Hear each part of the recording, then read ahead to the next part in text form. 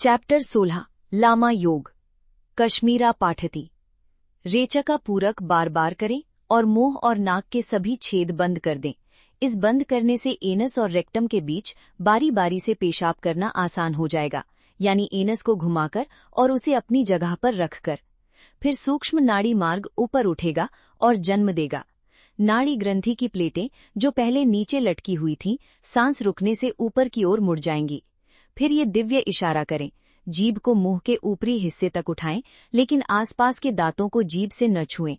ऊपरी और निचले होंठ और दांतों की ऊपरी और निचली लाइनें वैसी ही रहें। आंखों को ऊपर और नीचे न देखने दें और बीच की नजर पर ध्यान दें। शरीर सीधा खड़ा होता है।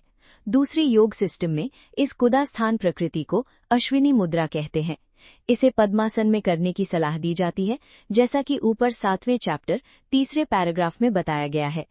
रेक्टम की ये पैरासिम्पैथेटिक गैंग्लिया रेक्टम की मूवमेंट, रिवर्स पेरिस्टाल्सिस और ऊपरी अंगों से जुड़ी वेगस नर्व से स्टिम्युलेट होता है, और फिगर 8 में दिखाई गई दूसरी नर्व सीधे रूट से है।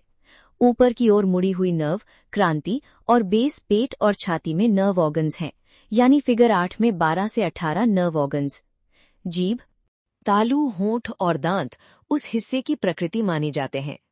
ऐसा लगता है जैसे चेहरे और ग्लॉसोफिरिंजियल नर्व्स का पैरासिम्पैथेटिक एलिमेंट जाग जाता है और वाइटल एनर्जी सर्कुलेट होती है, और फिजिकल साइकिल की वजह से शॉर्ट सर्किट खत्म नहीं होता, और ऐसा लगता है जैसे ऑक्यूलोमोटर नर्व भी ठीक हो जाती है।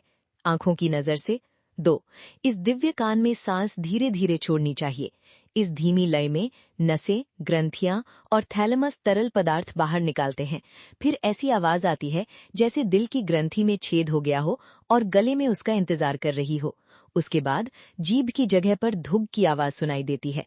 3 फिर जीभ की जड़ में घम घम की आवाज सुनाई देती है और भौहों के बीच में धम धम की आवाज सुनाई देती है। बंदर बिना भिगोए नारियल का ताजा पानी नहीं पी सकता। उसी तरह जिस योगी के पास बिंदु स्थानेंद्रक नहीं है, वो देह पद को प्राप्त नहीं करता। फिर माथे के बीच में धिम धिम की आवाज सुनाई देती है। फिर रोदिनी में छेद होता है और सिम सिम की आवाज सुनाई देती है, और वेणु में छेद होता है और ब्रह्मरंध्र में छेद होता है और शम शम की आवाज सुनाई देती है। ऐसा एहसास होता है जैसे एक चींटी चढ़ रही है। इतनी दूर तक जीव की सीमा है। ऊपर परम भगवान शिव हैं। सवाचंड तंत्र श्री क्षेम राज व्याकरणम 6ठे अध्याय में देखे गए ऊर्ध्व अदारों में से इस कश्मीरी पट्टती में निम्नलिखित 4 पर टिप्पणी की गई है। उसके बाद स्थान परम भगवान शिव में एकता की तरह है, और ऊपर के 7 सप्तवाणी अब तक किसी भी योग पुस्तक में प्रकाशित नहीं हुए हैं। रहस्य 4 ब्लावात्स्की द्वारा बताई गई कैलाश विधि। संगीत की सीढ़ी चढ़ने से पहले उस देवी की आवाज को 7 तरीकों से सुनना चाहिए। मधुरक मंदिर की आवाज, शाम के समय ध्यानियों की चांदी की घंटियां, समुद्री मोती और सीपियों की आवाज, वीणा की आवाज, वेणु की आवाज, पेरियार की आवाज, मेघना की आवाज। इन 7 में पहली आवाजें खो जाती हैं। 5 सेंट थेरेसा, एक ईसाई संत।